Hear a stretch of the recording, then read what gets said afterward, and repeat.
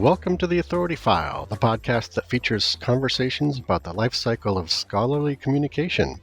I'm Bill Mickey, your host and the editorial director at Choice.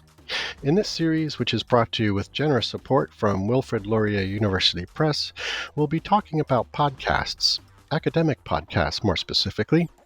Podcasts have been around for a while now, but they're still an emerging media in an academic context, both in terms of a disciplinary media studies approach and as a recognized scholarly communication format. Joining me on the program for the next 4 episodes are Laurie Beckstead, Associate Professor of Sound Media in the RTA School of Media at Toronto Metropolitan University in Toronto, Canada, and Dario Linares, a writer, podcaster, and independent researcher. Laurie and Dario are editors of an upcoming book due in February from Wilfrid Laurier University Press called Podcast Studies, Practice into Theory. In it, they critically examine podcasting as a scholarly communication format and its use in pedagogy and research. In this final episode of our series, we look at podcasting's academic future, from its ability to center marginalized voices, how podcasting fits in with disciplines other than media studies, and how librarians can add podcasts to their resource recommendations.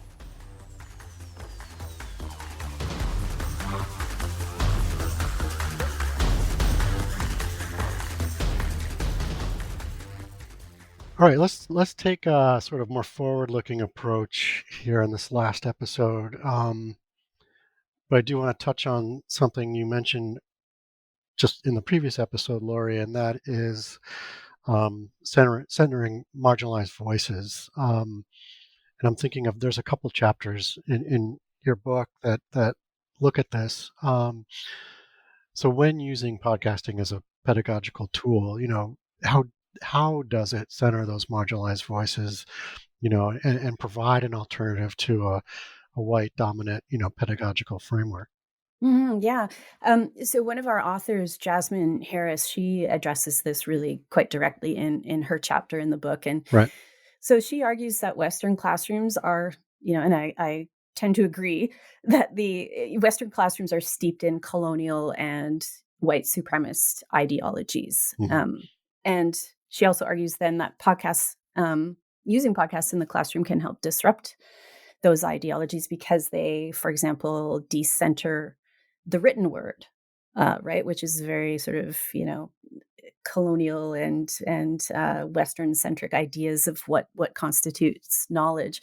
So we've held up that standard that the written word is the be all and end all of quote unquote legitimate knowledge. But it's very rooted in a colonial way of thinking about knowledge and scholarly value.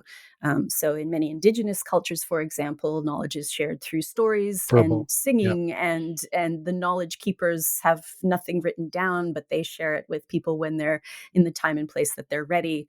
And our colonial way of thinking doesn't see that as useful. So and many students just really aren't good at parsing dense written text. So and as we also suggested that expressing themselves through written text is also maybe not their forte. So Hmm. I think using podcasts in the classroom, they showcase a variety of voices and even accents and dialects that haven't normally been thought of in this context as like credible experts. And so Jasmine, in using podcasts that center those alternate voices, is kind of trying to kind of decolonize the classroom. So for example, she says that you could use a dense textbook to explain, say, the over incarceration of Black men in America, and or you could bring in an episode or two of the podcast Ear Hustle,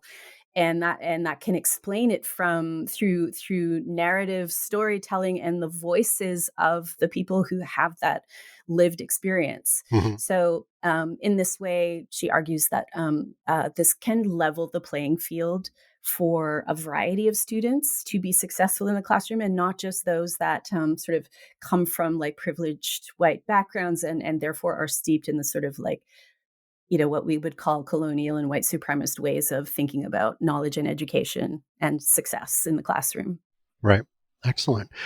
So, Daria, you mentioned how video essays are becoming a more accepted form of research in film and media studies.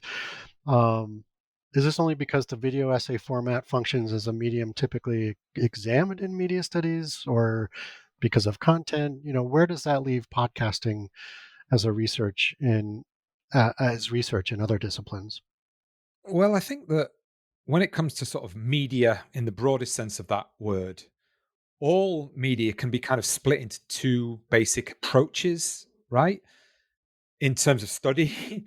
So, like, if we take podcasting as the example, there's research that uses podcasting as the medium to convey information about primary data that comes from elsewhere. So you might have a podcast in the STEM subjects that talks about physics, let's say, right? So the focus of the research is not the podcast. The podcast is just the conduit by which the research into physics is being articulated. And, you could use our book as an example. Our book is a book with the focus being podcasting, but the written word, the book, is the conduit by which we're articulating, right? Mm-hmm. But then there's research into the medium itself. So if you're doing research into podcasting, there's an argument to say that the best medium to research into podcasting is podcasting. Why would you write a book about podcasting when you can podcast about podcasting? They're symbiotic in that sense. And that's the irony about, writing a book or writing about film or radio or television and not articulating it in the medium that you're commenting on. Right now, again, there will be people who push back on that and say, well, actually, this is all about language and commentary, right? But there are other areas, like, say, for example, music, oral histories, audio geography, sound studies, linguistics. They could lend themselves to being researched through podcasting because they are aural in form, in orientation, right? Mm-hmm. So they align with the subject or the data, which is audio, as I say. So there's something seamless between the two. And Mac Haygood's work, I think, is a particularly good example of that.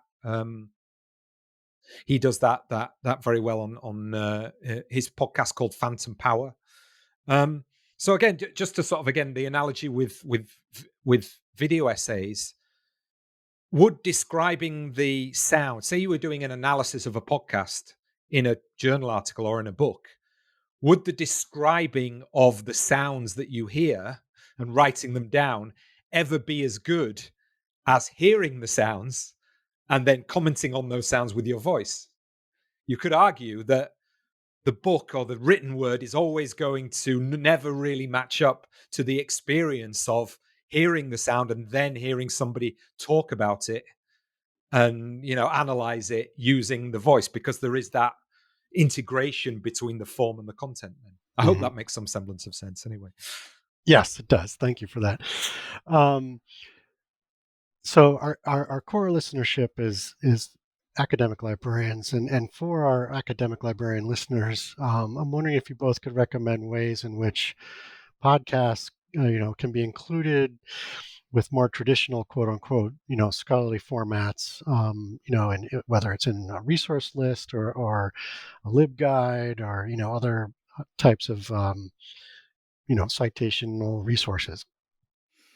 Yeah, I'll start this one. So, yeah, I hope that librarians will not hesitate to think of podcasts as legitimate sources of Right. knowledge and information. Mm-hmm. But at the same time, I can understand that, not all of them are. I mean, it's a bit of a task to parse through the useful podcasts from the Joe Rogans of the world and the online influencers who haven't got any expertise in a particular area, but are more than happy to give you opinions and advice as if they were experts. So there is that. And so it can seem very overwhelming, I think. So maybe a good place to start would be to talk to faculty and ask them, like, what podcasts are they making, or what podcasts are they finding useful? And to start sort of making lists in that way. Mm-hmm. But one of the issues we're grappling with in the podcast space is is that many independent podcasts experience what's called pod fade, right? So, you have all this passion and excitement at the beginning, and you invest all your own money and, finding a podcast host and getting it out there and promoting it and so on.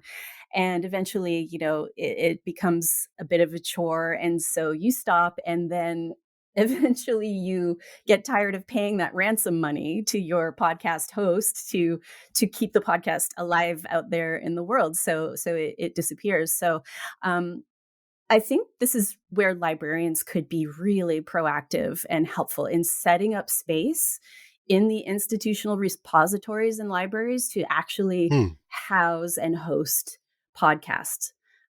So yeah, because we've all been victims of the, I don't know, Anchor disappeared and got sucked up by Spotify, and I hate Spotify, and I don't, I don't want to do business with them, Yeah. or we just get tired of paying out of pocket. And so I think to have I guess I'm going against what I said before. We don't want podcasting to become institutionalized, but we'd be very happy to have institutions host podcasts. There you go. And I think librarians really understand the need for preservation of these materials, right? Right. Like if anyone understands that, it's librarians. So it would make sense for libraries to be the place that offers space to house those scholarly podcasts.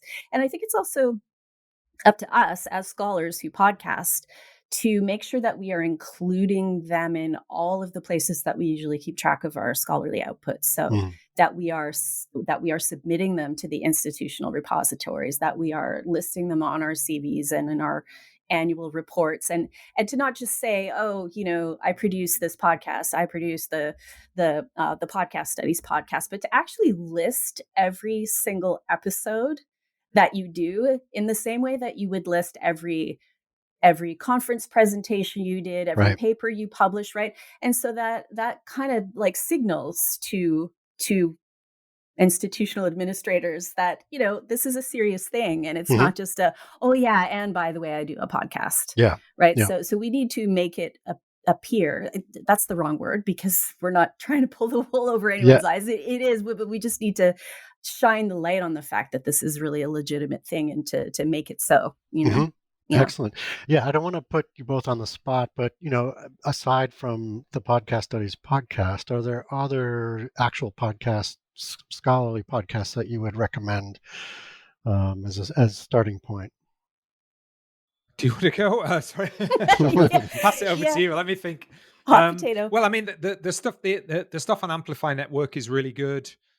So that's Hannah McGregor and Stacey Copeland and Catherine Cloud stuff. That's right. So that's very good. I mean, again, the Illusionist has been going for a long time, which is about sort of linguistics and language and that kind of thing.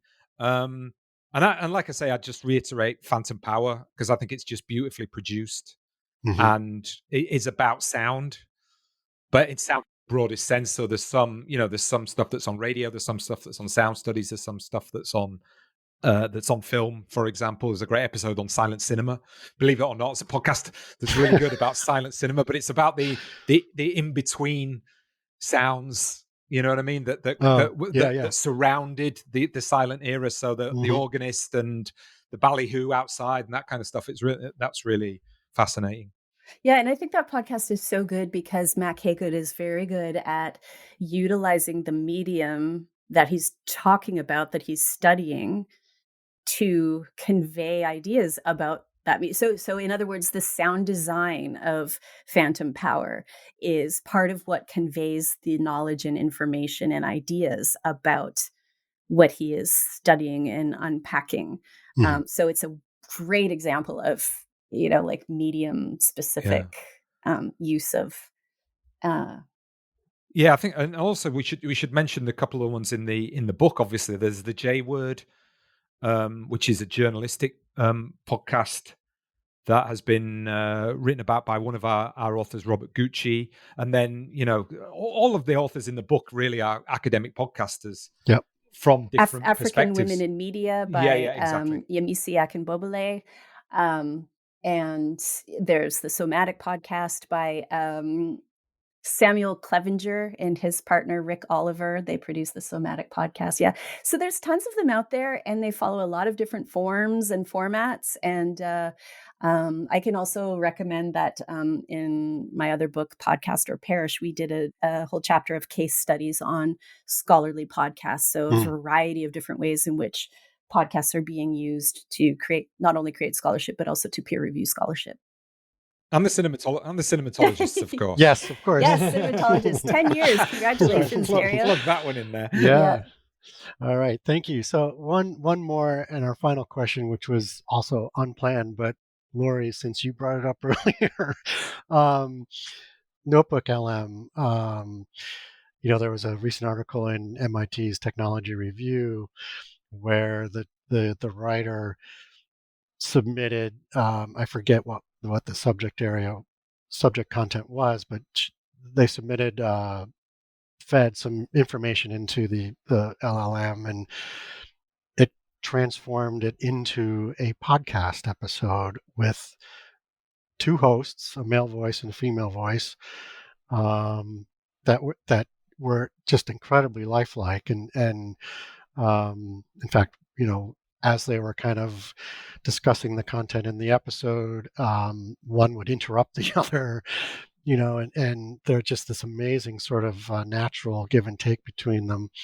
And yet it's kind of terrifying at the same time, that this podcast could be created whole cloth out of prompts submitted into this language model. But I'm curious what you both think of that, if you've read the article or if you've seen other reporting on it.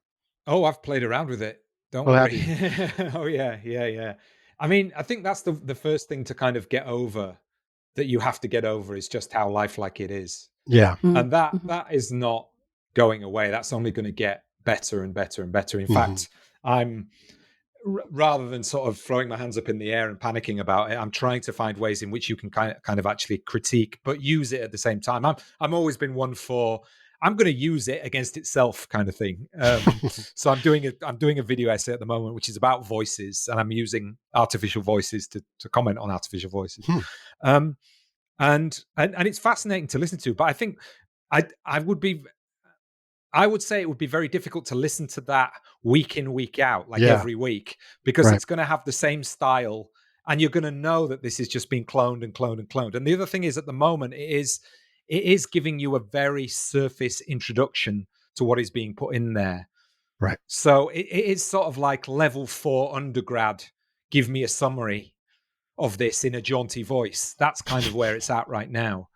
And that's what I mean. I think that's the thing that dazzles you, is the fact that the voices are so lifelike, and they breathe and they interrupt each other, and they call each other out for, oh, you sent me this thing over, which obviously, they didn't. You know what I mean? It's it's entire sort of faking of the process of being friends is as frightening as everything else. But when it comes to the actual content, it is at the level of what you do when you put in a very basic prompt to ChatGPT, which is you get a sort of 40 to 50% level mark, undergrad level, first year essay, basically. But even that will change, right? I mean, that will get better and better and better over time. And eventually we'll be grappling with, maybe this is actually good for accessibility. So those scholars who would feel too uncomfortable putting their voice out or speaking on a podcast, or maybe they have an accent that traditionally hasn't been thought of as being a legitimate expert, and so or maybe they're pre-tenure and they don't want to have a conversation where they feel open and vulnerable, because conversations can go in any direction. And, if you're not locked down prepared, it's a little bit terrifying in those cases. So maybe this is what they need to distribute their ideas, to be able to just feed their written prompts in and have someone else voice it. Or even, we will get to the point where we all have our own voice avatars too, because apparently voice avatars only need now, they used to at first it used to be 8 hours of somebody talking, and it can analyze that and come up with a voice avatar. And now it literally just needs 30 seconds of someone speaking, and it can develop your entire speaking repertoire, including coughing and sneezing and everything else that might be included in there. So, and again, even that could maybe help with accessibility in terms of, so for example, you can also translate your voice avatar into a different language. Yeah. So if Dario and I wanted to translate the podcast studies for a Spanish audience, even if neither of us are fluent in Spanish, it can be our voices speaking Spanish. So, there's good and there's bad. I also think it will, as with everything, in the digital age, it will speed up the expectation of timelines of production of scholarly output. Oh, well, if you could just feed it into Notebook LM and it spits out a podcast, then why doesn't everybody have a podcast every single week? Yes. So it's the same way that publishing, like digital, in the digital age, the expectations and in fact, the output of scholarly publishing has like exponentially grown to the point where you can't even keep up with all of the new publications in your discipline. So good and bad, and just like with everything else. Yeah. It means that we should be provoked more and more to be asking why we're doing anything that the university wants us to do or tech corporations want us to do. It's one of the reasons why I'm not in academia at the moment, is because I asked why too much and I didn't like the answers, you see. So, it's like, whether you're going to produce a podcast that is done through these avatars or by AI, it's like what's the reason for it? Why do you want to do it? Why do you want to listen to it? You know what I mean? I think like engaging with that question of why these things are happening then will lead us to at least sort of think about whether we want to engage with it or not. Yeah, just remain critical. Excellent. Well, Laurie, Dario, thank you so much for your time. We've enjoyed having you on the program. Thank you so much, Bill. It really was a pleasure to have this conversation with you. Enjoyed it. Thanks very much. With our real voices. Yeah, exactly. This is really me. Yeah.